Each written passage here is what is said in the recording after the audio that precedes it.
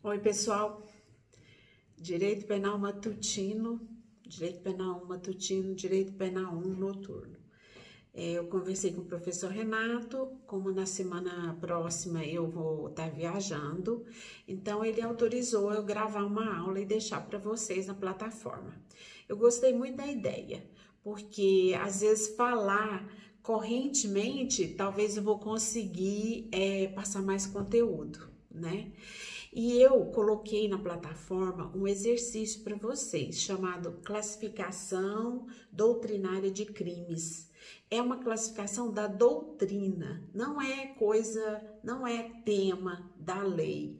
É uma classificação dos estudiosos, dos juristas, que às vezes nas suas defesas, teses, nos votos dos tribunais, foi surgindo essa classificação, por exemplo, um crime instantâneo de efeitos permanentes. Então, esse dia eu estava acompanhando um voto de um ministro, ouvindo a justificativa, ele vai nessa classificação, ele fala, sem contar o crime formal material, que é muito importante para a compreensão do que, professora?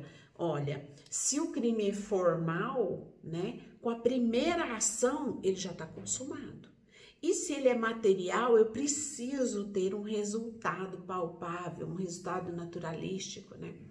Mas esses estão no exercício. Se não me engano, são 10 espécies. Vai valer 3 pontos para P2. Então, o professor me autorizou e eu achei que é interessante, mas é uma pesquisa a ser feita, é pesquisa. A pesquisa é assim, você lê um autor, aí você não entendeu direito, você lê outro autor, e aí você condensa o que você entendeu. E se eu não entender nada? Olha, se você não entender nada, vai ser um pouco complicado, porque você vai obter, se ficar bom, 3 pontos. Você está podendo consultar, né? O operador do direito, ele é o cara que sabe interpretar, é o cara que lê e tira uma ideia. É isso que você vai fazer. Você vai pegar cada item e vai ler um doutrinador ou outro, se for o caso, e vai tirar uma ideia para você e vai colocar. E vai buscar os exemplos que o doutrinador vai dar.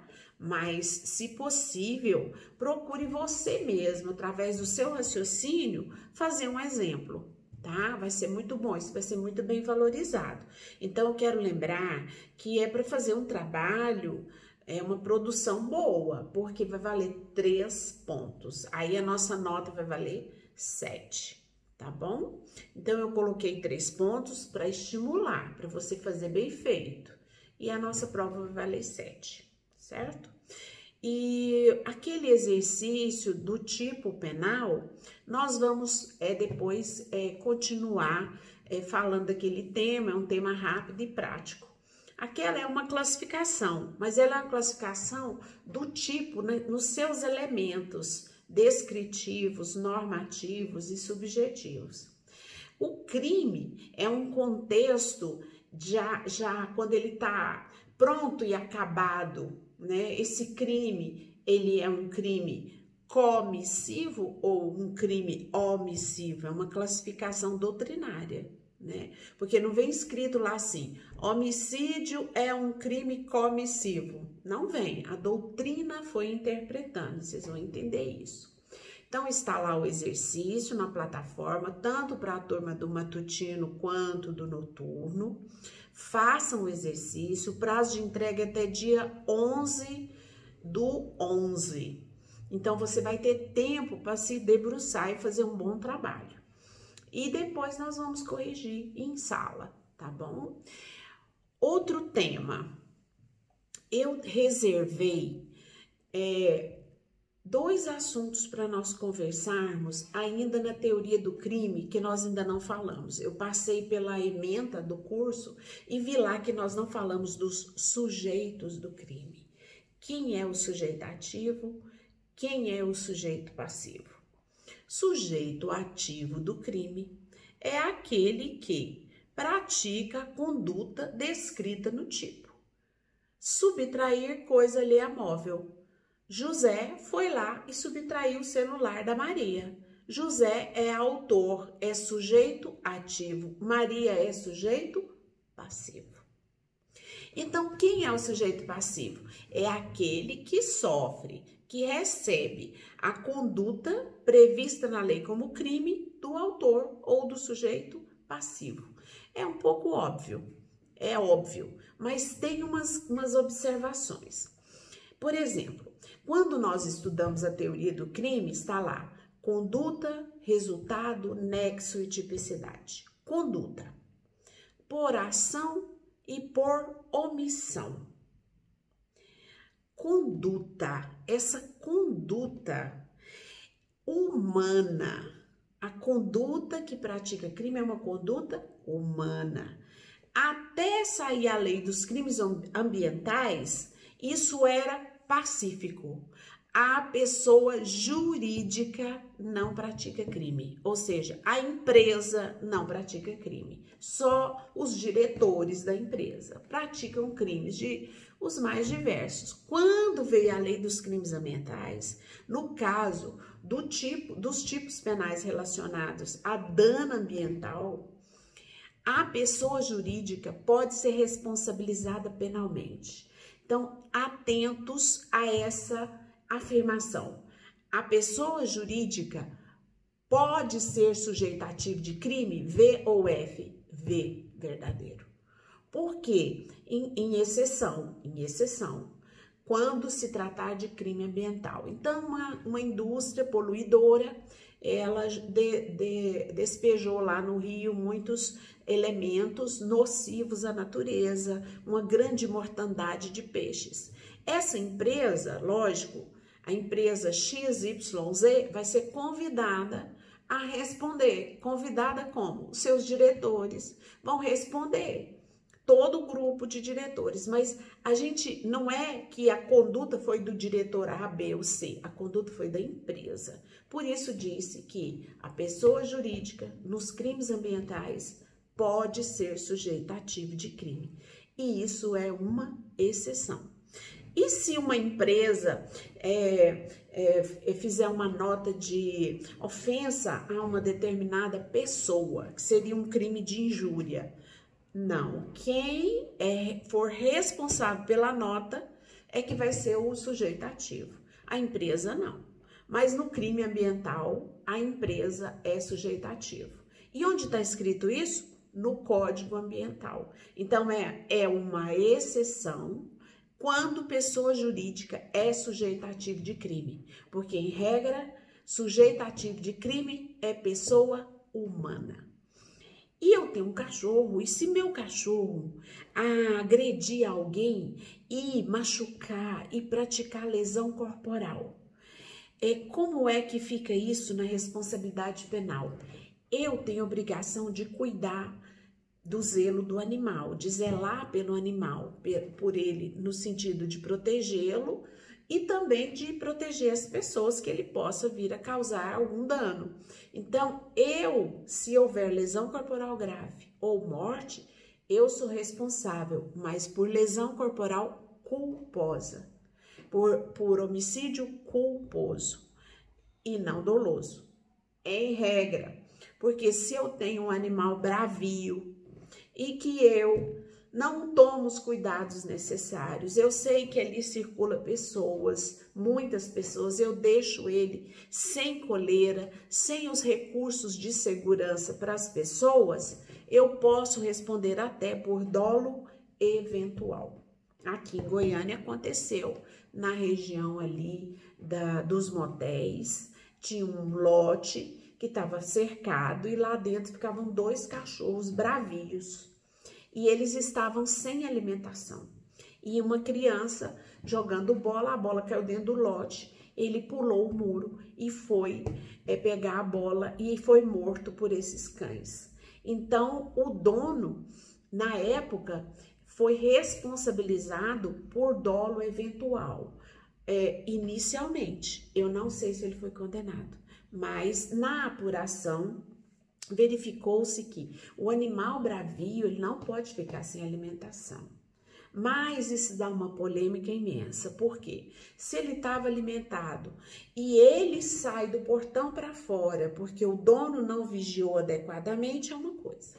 Se pula o muro e entra dentro do ambiente que o cão está, é outra história. Mas eu quero dizer para vocês o seguinte: aquela conduta que está lá no elemento do fato típico é conduta humana. Por exceção, a pessoa jurídica pode ser sujeita ativo de crime. Sujeito passivo. A pessoa jurídica, ela pode ser sujeito passivo de crime? E aí já é do lado oposto. Pode. Às vezes, alguma pessoa vai com comentários impróprios acabar com uma vida e uma moral, uma honra de uma empresa.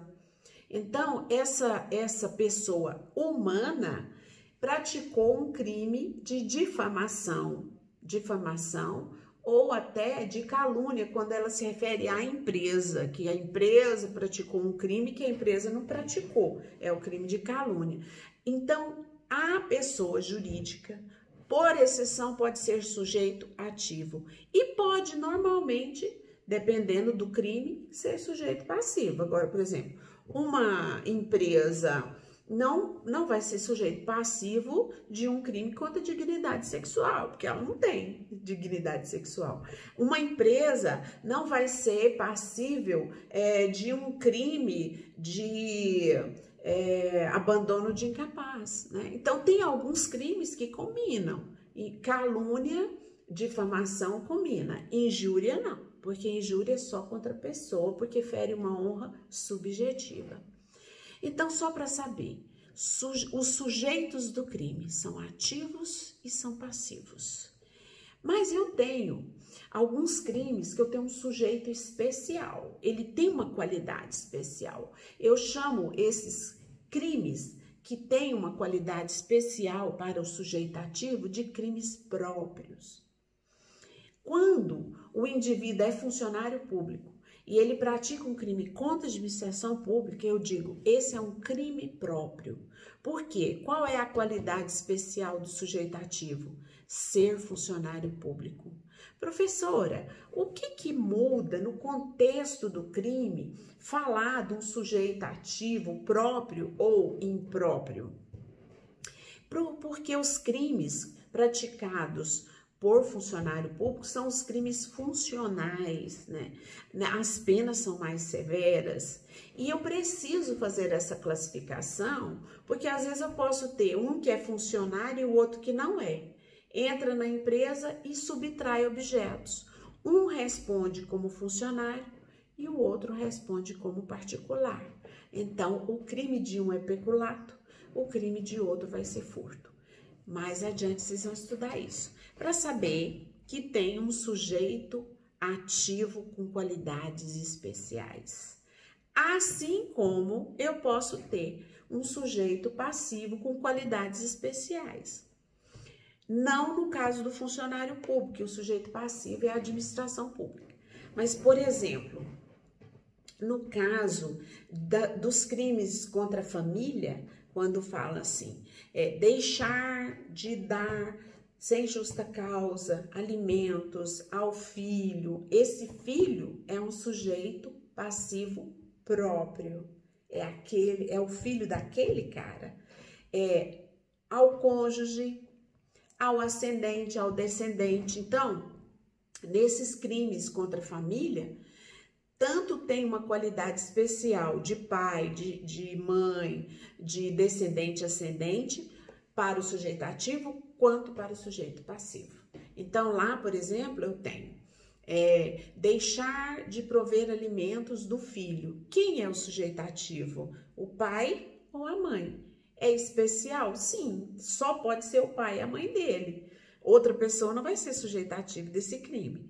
E quem é o sujeito passivo? Esse filho, ou esse pai ou essa mãe que, tendo o filho condições, não foi atendido pelo filho e está em abandono. Ok? Eu falo um pouco rápido, vou dar uma paradinha. Então, o que nós já vimos? Sujeito ativo, Sujeito passivo. Ativo, pratica a conduta descrita no tipo. Passivo, recebe a conduta que foi praticada pelo sujeito passivo. Existem alguns crimes que o sujeito tem qualidade especial, tanto o ativo quanto o passivo. Esse crime é chamado de crime próprio. Por exemplo, lá no artigo 123, o infanticídio.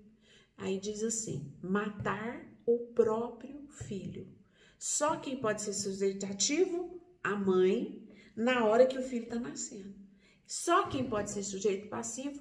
O filho, que tá nascendo e a mãe mata ele. Então, esse tem um sujeito ativo próprio e um sujeito passivo próprio. E nós temos muitos crimes no Código, que são crimes próprios, né? Com o decorrer do penal 3 e 4, vocês vão encontrar, vão entrar em contato com isso. Ok.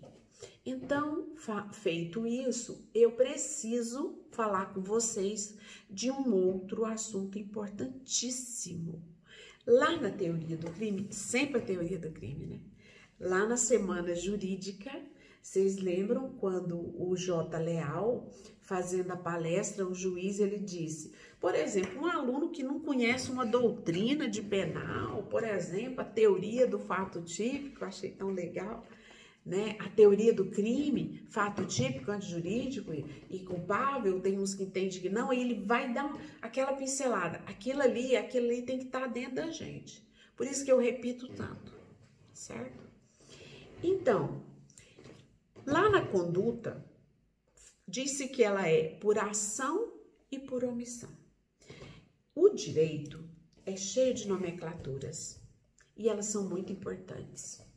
Quando alguém pratica um crime com uma ação de fazer, eu digo que esse crime é comissivo. Fazer, comissivo. Quando alguém pratica um crime por omissão, o crime é omissivo. Até aqui tranquilo. Homicídio, em regra, por ação. Alguém vai lá e tira a vida do outro. Com arma, com veneno, com afogamento, asfixia, etc. Ele faz. Esse crime é comissivo. Subtrair coisa alheia móvel para si ou para outro. Para outrem. Crime comissivo. Fez o quê? Subtraiu. Constranger alguém mediante violência ou grave ameaça a manter a condição carnal ou qualquer outro ato libidinoso, estupro, é um crime comissivo. Causar incêndio nas condições tais, comissivo. Então, em regra, os crimes são de fazer. Os crimes que há uma ação do sujeito, eu digo comissivo. Mas o nosso foco são os omissivos. Crimes omissivos é aquele em que o sujeito se abstém, ele não faz nada, ele fica quieto. E o ficar quieto produz um resultado, e esse resultado, normativo ou jurídico, é resultado. E o resultado está ligado à conduta omissiva dele, de não fazer. Então, são os crimes omissivos. Nós temos os crimes omissivos próprios e os omissivos impróprios. Aí dá uma complicadinha. Por quê? Omissivo, comissivo, já ficou definido. Um é de fazer, o outro é de não fazer. Mas no omissivo, eu tenho duas espécies. O omissivo puro ou próprio e o omissivo impuro ou impróprio. Como é isso, professora? Não dá para entender se não olhar para a legislação. Então, vamos lá. Quem estiver aí estudando, ouvindo a aula com o seu código, abre no artigo 135, que é o da omissão de socorro, né? É um exemplo bacana, mas nós temos outros, inclusive já olhamos juntos, né? Então, vamos lá, no artigo 135, muita atenção. Deixar, toda vez que o verbo que começa o tipo for o verbo deixar ou qualquer outro que tenha o mesmo sentido, o mesmo significado, é um crime omissivo. Deixar de prestar socorro quando possível fazê-lo sem risco pessoal. A criança abandonada, extraviada, pessoa inválida ou ferida, ao desamparo ou em grave iminente perigo, ou não pedir, nesses casos, o socorro da autoridade pública. Esse aqui é um crime omissivo puro.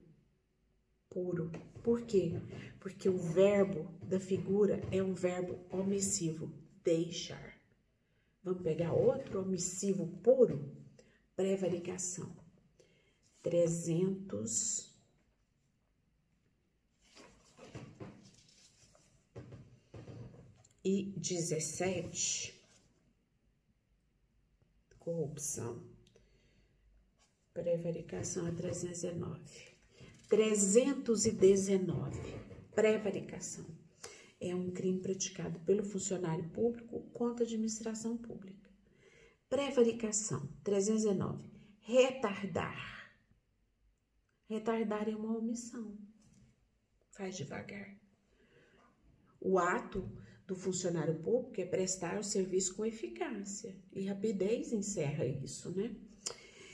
Retardar ou deixar puro, de praticar indevidamente, retardar ou deixar de praticar indevidamente, ato de ofício, ou praticá-lo contra disposição expressa de lei para satisfazer interesse ou sentimento pessoal.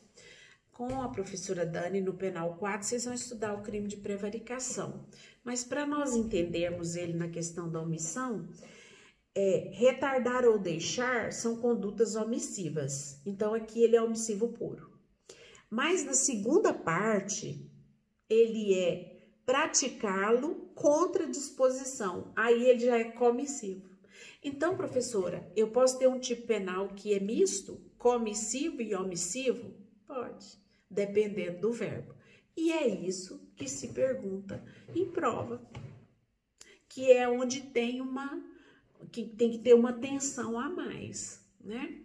Vamos lá no crime que nós já olhamos para dar outros exemplos de elementos do crime, que é o 240, abandono.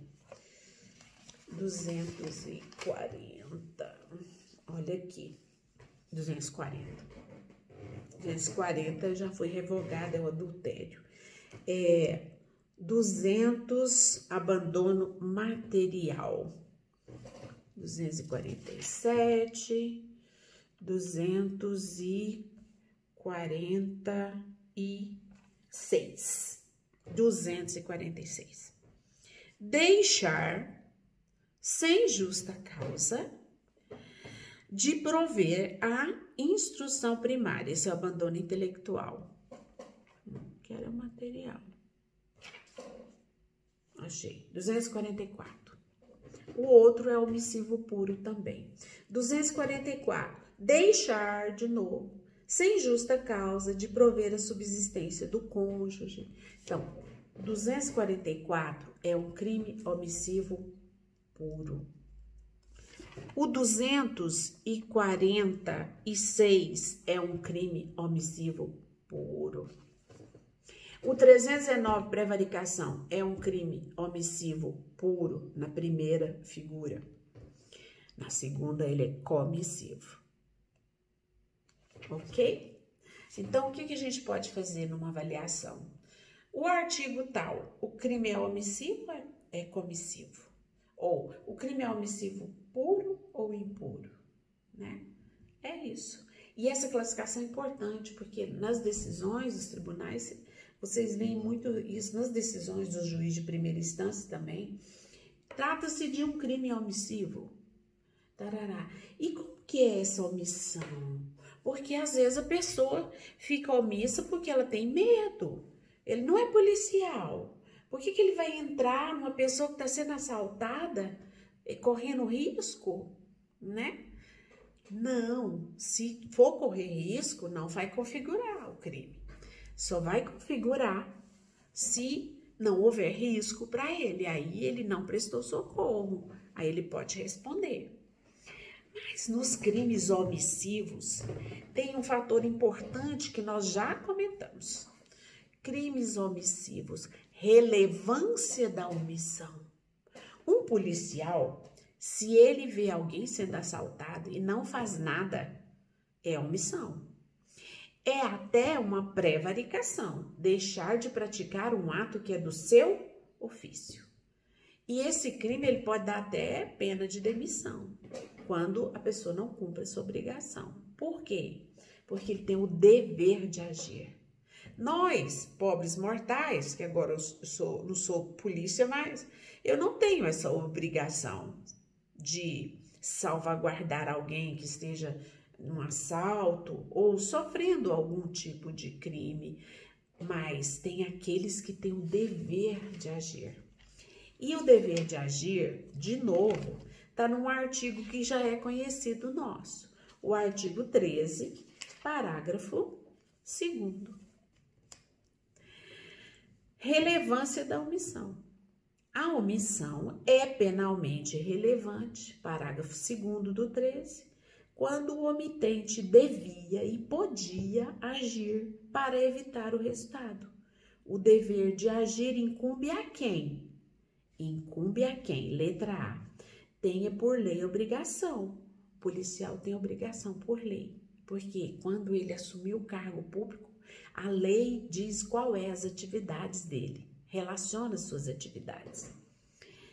Obrigação de cuidado, proteção ou vigilância. Cuidado, né? Os pais têm que cuidar dos filhos, a escola tem que protegê-los também. Se é omisso, vai responder. Ou vigilância.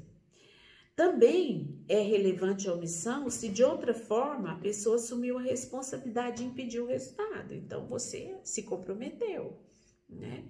Acho que eu já até dei esse exemplo para vocês. A mulher tá tomando sol, a mãe chega, dá uma olhadinha no fulaninho para mim. O menino vai, entra na água e se afoga.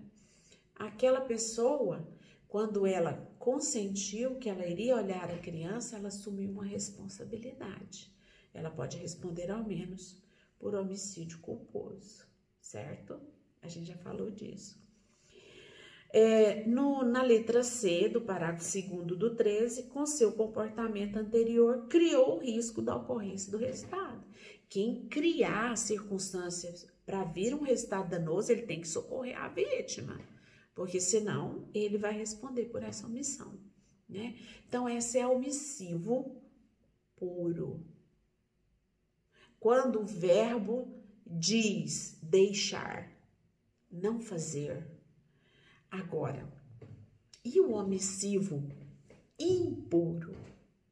O omissivo impuro é quando o crime é comissivo, é um crime de fazer. Mas o autor, o sujeito ativo, obtém o resultado fazendo uma omissão. Também já dei esse exemplo. A pessoa tem que tomar insulina todos os dias, às 8 da manhã e às 18, por exemplo. Quem está cuidando quer dolo, que ele morra ou ela morra. Eu não vou aplicar insulina. Eu vou pôr qualquer outra coisa, glicose na seringa, vou fazer de conta que eu estou aplicando. Qual é o dolo dessa pessoa que está deixando de aplicar a insulina? Dolo de matar. Matar é comissivo ou omissivo? É comissivo. Só que o autor conseguiu esse resultado por omissão. Então, esse crime é chamado crime omissivo impuro. Ou, anotem, comissivo omissivo. Ou comissivo por omissão. Então, ele tem as nomenclaturas. Ele é crime omissivo impróprio, porque, em regra, ele é comissivo, é de fazer, e obteve o resultado não fazendo. A mãe que deixa de dar o peito para o bebê e não dá nada de comer para ele morrer. É um crime de homicídio por omissão. Ela não foi lá, ela não enforcou, ela não asfixiou, mas ela deixou de fazer, ela deixou de alimentar. Isso vale para qualquer, o enfermeiro, a pessoa da família que deixa o idoso morrer, deixou ele morrer. Não, eu não matei. A pessoa ainda tem coragem. Eu não matei, eu só não dei comida. E não alimentou, mais dia menos dia a pessoa vai morrer. Omissivo. Crime de homicídio por omissão. Doloso. A omissão é um dolo de não fazer. Ok. Ouçam, reflitam, olhem no livro. É isso, crime omissivo. Quando eu abrir a chave lá na teoria do crime, eu sempre ponho conduta por ação ou por omissão. Omissivo, puro, impuro. O impuro é um comissivo por omissão ou omissivo, comissivo. Jogando as palavras, sempre colocando junto. Omissivo, comissivo. Pode ser comissivo por omissão ou omissivo, comissivo. O que acontece em prova de concurso, normalmente, o teste da prova da OAB, é que essas nomenclaturas são muito parecidas, muitos S's, comissivo, omissivo, impróprio, próprio, né? E aí cria uma confusão. Então, quando for estudar, escreva, faça uma chave e separe para você memorizar, tá bom? Foi assim que eu fiz. Então, a enfermeira que deixa de dar o medicamento para que o paciente morra, ela praticou um crime de homicídio por omissão. É possível, por omissão, praticar um homicídio sem fazer nada? Sim, verdadeiro. A gente pensa, homicídio tem que matar. Eu posso matar por omissão, tá bom? Ótimo, maravilha. Nós já fomos alguns minutos, já 32 minutos. O professor Renato falou 40 minutos, mas eu vou passar um pouquinho mais, porque eu tenho uns outros conceitos sobre classificação de crime que não tá lá na lista que eu mandei, porque eu quero explicar esses.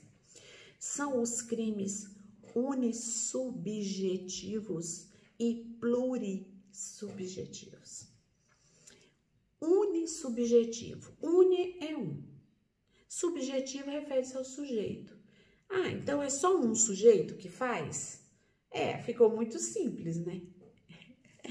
Na verdade, se você quiser escrever unissubjetivo, UNISSUBGETIVOS, unissubjetivos, com 2 S. Porque senão fica unissubjetivo. Crimes unissubjetivos. Pode ser praticado por um ou vários. Essa é a diferença. Não é só por um. Pode ser por uma pessoa ou por várias pessoas. Os unissubjetivos, sim. Então, por isso, não pode ir só na nomenclatura. Tem que entender a classificação. Então, no crime de furto, o indivíduo pode ir sozinho furtar uma casa. E ele pode ir com mais 2, com mais 3. E é furto. E o furto é um crime unissubjetivo. Por quê? Porque não é necessário que sejam vários. Pode ser um ou vários. Estupro, por exemplo. No estupro, pode ser praticado por um ou por vários. O fato é que teve vários sujeitos, é concurso de pessoas. Primeiro item a ser estudado no penal 2. Mas, se for só um, é estupro. Então, a classificação do estupro é crime unissubjetivo, porque ele pode ser praticado por uma ou por várias pessoas, por um ou por vários autores. Vou voltar no omissivo, que eu lembrei de uma coisa. Omissivo. É possível praticar estupro, professora, por omissão? V ou F? Não, então vou dar a frase afirmativa. É possível estupro por omissão. Olha, omissão como? Sim, a mãe que tem o dever de cuidar do filho, de protegê-lo quando criança, adolescente, ela sabe que o filho está sendo vítima de abuso sexual e ela não toma nenhuma atitude. Ela vai responder por estupro, por omissão. Olha, tanto que omissão é fera, né? Então, eu falei no exemplo do estupro e me lembrei. Eu queria ter falado isso. Então, que fiquem atentos. A mãe que é omissa, o pai que é omisso. Quantos casos eu tenho de mães que sabem que o padrasto abusa sexualmente dos seus filhos e ela não faz nada, ela tem o dever de agir. Tá lá no artigo 13 e ela não age. Então ela faz. Aí muita gente vai. E a mãe não vai ser responsabilizada? Sim, por estupro, por omissão, porque ela foi omissa, porque ela tinha o dever de impedir esse resultado. Ah, professora, mas não tinha jeito porque ele ameaçava ela de matar. Então, ela vai ter que provar isso. Vai ter que provar, porque ela tem o dever de agir, né? Já pensou? Os filhos ficam muito desamparados, seus próprios pais não os protegem, né? Então, ela praticou, viu aquele negócio, já viu falar de conivência, consentimento? É isso, ela foi conivente. Quantos casos os pais são coniventes com abusos que são sofridos pelos filhos? Eles respondem por esses abusos, por omissão. Muito bom ter lembrado, muito bom. Voltando no unissubjetivo e plurissubjetivo. Então, o unissubjetivo, ele pode ser praticado por um ou por vários. Agora, o plurissubjetivos, crimes plurissubjetivos, pode ser praticado somente por vários. Nunca vai ter um crime plurissubjetivo com um só. Por quê? Porque é uma característica do crime que ele exige concurso de pessoas. Também, quando nós for estudar o concurso, nós vamos estudar isso de novo. Mas é bom já saber. Plurissubjetivos, por exemplo, associação criminosa.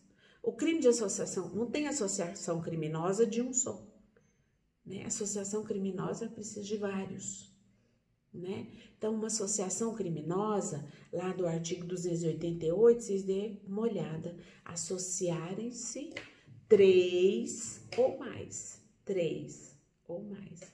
Professora, e se 2 se associarem para praticar roubo? Um ou vários? Aí eu tenho concurso de pessoas nesses vários crimes que eles praticarem. Mas se forem 3, além do crime que eles praticaram, eles também vão responder pela associação criminosa. Então, o crime plurissubjetivo, que está lá no artigo 288, que tem que ter mais de uma pessoa, associação criminosa, ele é um crime chamado crime de concurso necessário. E tem outros no código, né? Tem a bigamia, tem que ter 2 para consumar, tem que ter o que é casado e o que não é, ou sendo os 2 casados, tem que ter 2. E o crime de rixa, que é todo mundo praticando conduta ali, a rixa também é plurissubjetivo, ok? Muito bom, já foram 39 minutos. E é legal que vocês vão ouvindo bastante e depois vão anotando. Não entendi a hora que a professora falou isso, não entendi a hora que a professora falou aquilo, né? Afinal, vocês vão ter tempo. De hoje até a nossa próxima aula, Matutino vai ser 10 do 11. E o noturno vai ser dia 11. Hoje são 28. Esse mês é de 31. Vai dar 2 semanas, né? Então, esse resto de semana, a outra e o início dela. Ok? Vai dar em torno de 14 dias para vocês estudarem essa aula que eu tô postando e estudarem e fazerem o exercício que vale 3 pontos. E terminar de ler o livro. Viu que o bicho pegou? O bicho pegou, né? E o livro nós vamos arrumar uma forma de avaliação que depois surprise, né? Surprise.